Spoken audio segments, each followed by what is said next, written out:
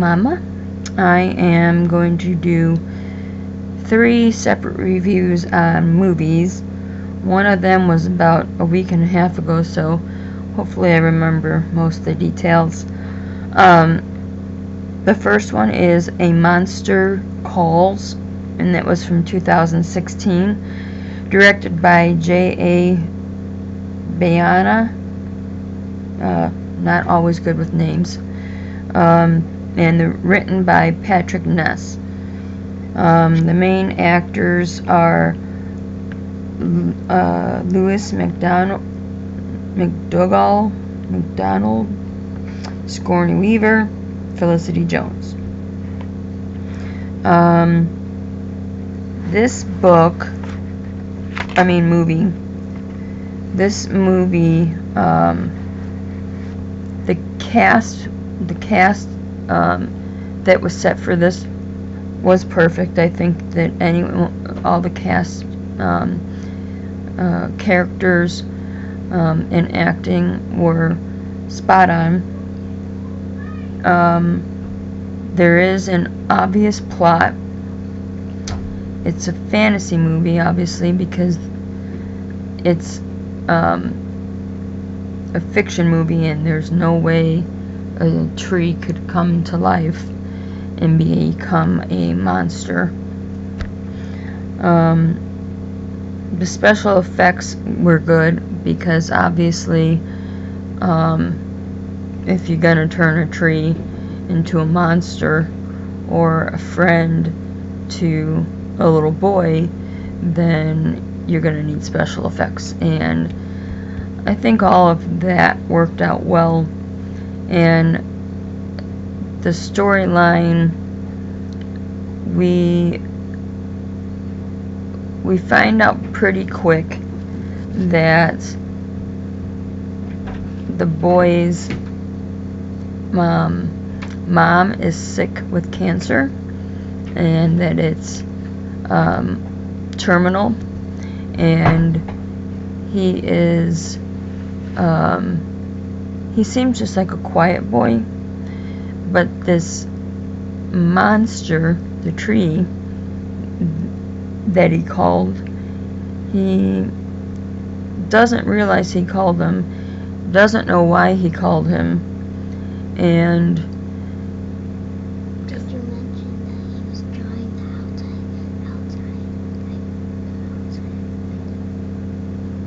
outside? I'll get to that part. And this boy is artistic, and so a lot of his thoughts and things, because he was so quiet, he would just draw or sketch. And yes, you can say it. And he was also drawing the view of the outside of the window. Yes, and the view outside the window is the tree. Yes. And that's the tree that comes to life. He told them there were 4 lessons, right? Or 3 lessons? He told them there was 4 stories. He would tell 3 stories, and by the end, and he was also, the boy was looking outside of the window, and he was watching the tree rise up because it was that big creature. Right. And then the 4th story was going to be told by the little boy, and his grandma is there to try to take care of him while things are going on with his mom, and they tried treatment and things like that, but he still kind of hoped. And then the boy's dad came in from California, where he lives now, and he has some half siblings, and as the story goes on, it's kind of a storyline of watching the mom progress to basically her resting place, and the boy starts acting out and doing certain things, and that is because he internally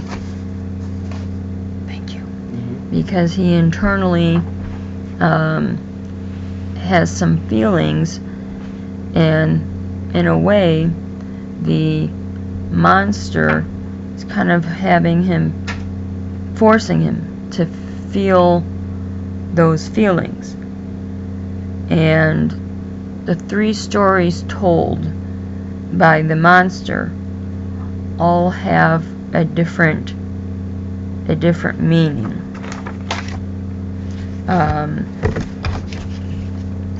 So there's a bunch of lessons in this. I don't remember which one is from which story, because like I said, there's 3 stories. But one of them is, believe the truths we tell ourselves. I could tell myself that I never get anxious, I never get scared. I'm not afraid of heights, I'm not afraid of death, whatever. But are those truths really the truth? Or is it just like a mask we're covering? So the way they say it is, say our truths a lot, see which are really true or not, and which are ones we really have been hiding behind. So I think if everyone thought of that lesson, they'd probably, if you sat and thought about it, you'd probably come up with something.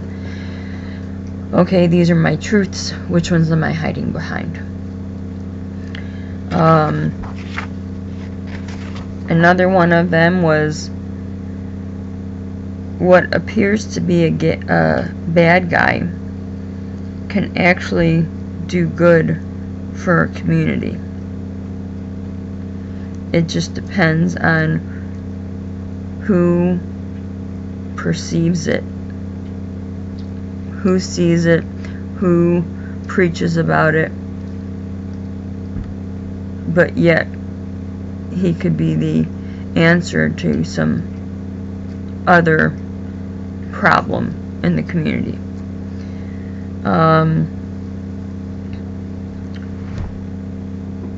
It says also, another lesson is, don't cast others out, because there might be a day you need them more than life itself. Think about that one.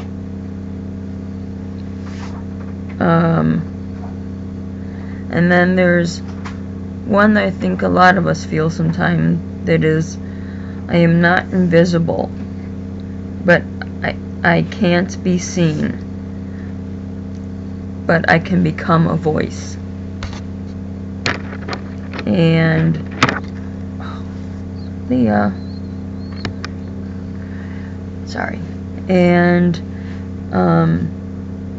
another one is, or the main one is, it's okay to be hurt and be angry by things that are happening in our lives. And these are all lessons that the monster told or taught in the storyline, not just to the boy, but to the people watching the movie. The grandmother's trying to help. She understands and sees some of the things he's going through. And it's all kind of, the storyline is working its way up to the boy's not silent anymore. Then the boy finally says what he feels, what's happening in his mind, and how he's doing. But it's obviously a fantasy movie. I think it was actually a novel. He obviously can't see trees, but when he's in the middle of this thought process in his head, it almost becomes an illusion or something that he believes is happening around him. And then when he kind of comes to, then he realizes, oh my gosh, what did I just do? Because he kind of fades away into a fantasy world when these stories are told. I think it is a cute movie and is meant for children, but I do think there's a lot of heavy stuff, grieving stuff, and maybe some stuff that kids know nothing about yet. In the end, it's kind of a feel-good movie. Everyone loves you. I know, Mom. I was talking about Oh yes, you saw it. She watched the movie too. But there's basically a message in all of these, and it makes you think. It made me think. Saying something, even if you don't, and the person you are telling knows the truth too, manipulation basically. In times like this story, sometimes people put the truth aside and allow the person, the boy, to go through the emotions he needs to. So the 3 stories go on, pointing out some of all these ones that I was telling you about. Obviously the truth of this being a story or being valid is not valid. No trees are going to come to life. The main character does a good job in explaining what's going on and uses correct tones in his voice.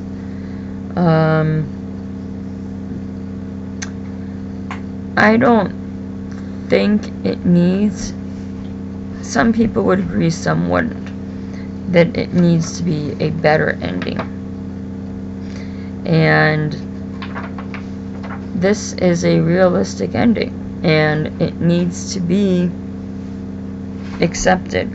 And so some people can accept it, some can't, because this happens in real life all the time, and it takes some time to get to the truth, takes some time accepting it, and takes some time to move forward. The rating I would give this is probably a 3. I liked all the messages that the trees. I will give it a 4. My daughter's giving it a 4. I'm giving it a 3. Some of the stories, they have a message, but they don't pinpoint what it is. You have to think of it and come up with what it is on your own. The possibility of the things that are happening in this movie, are half and half. Trees being monsters? No. A boy losing his mom to an illness? Yes. I would recommend this, but I would recommend it to a certain type of demographic of people. But in the long, the ending